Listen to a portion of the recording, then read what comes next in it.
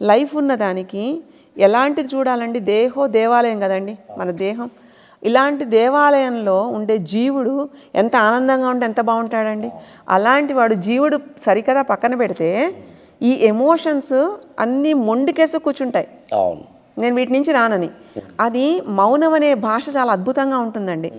ఆ మౌనంలో ఇది పెయిన్ అనేది పట్టుకుంటుంది. అవును, ఇది ఇంతే అని నిన్ను డిసైడ్ చేసి కూర్చోపెట్టేస్తుంది అక్కడ. అవును. నిన్ను ముందుకు ఎదగనీయకుండా చేసేది బయట నుంచి ఎవరో కాదండి, నీ శరీరంలో అంతర్గత నీతో శక్తే, నువ్వు శత్రువే, నీలో నువ్వు పెంచుకున్న శత్రువు. అవును, ఆ శత్రువుని తీయడానికి బయట ఇంకొకరు రావాలా? అవును.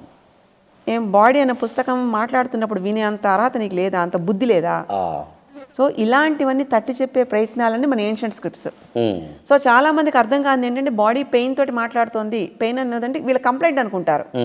కంప్లైంట్ కాదండి, దాన్ని స్థితి చెప్తోంది. అది నేను చేయలేకపోతున్నాను, నువ్వు నన్ను అర్థం చేసుకొని చెప్తోంది తప్ప దాన్ని కూడా మనం కంప్లైంట్లానే భావిస్తాం. అవును, అవును.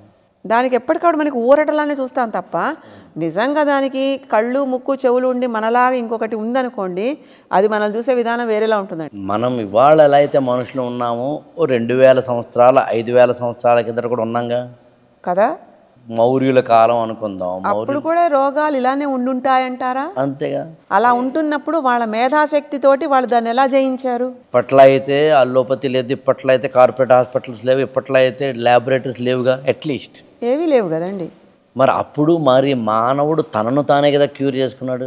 అలా ఉండే హ్యూమన్ లాస్ని మనం మర్చిపోయామండి. ఎగ్జాక్ట్. తను క్యూర్ చేసుకోవడం మాత్రమే కాకుండా తన శరీరం చెబుతున్న మాటల్ని విని దానికి తగ్గట్టుగా దాని మీద దేహో దేవాలయ మాత్రమే కాకుండా దేహో ప్రయోగశాలయ, తన దేహాన్ని ప్రయోగశాలగా చేసుకుని తన దేహంలోనే ఏం జరిగింది అనేదాన్ని అర్థం చేసుకుని అక్కడ జరుగుతున్న మార్పుల్ని తెలుసుకున్నాడు. అలాంటిది ఇప్పుడు మనకి వ్యవధి ఉండట్లేదు అంటాం.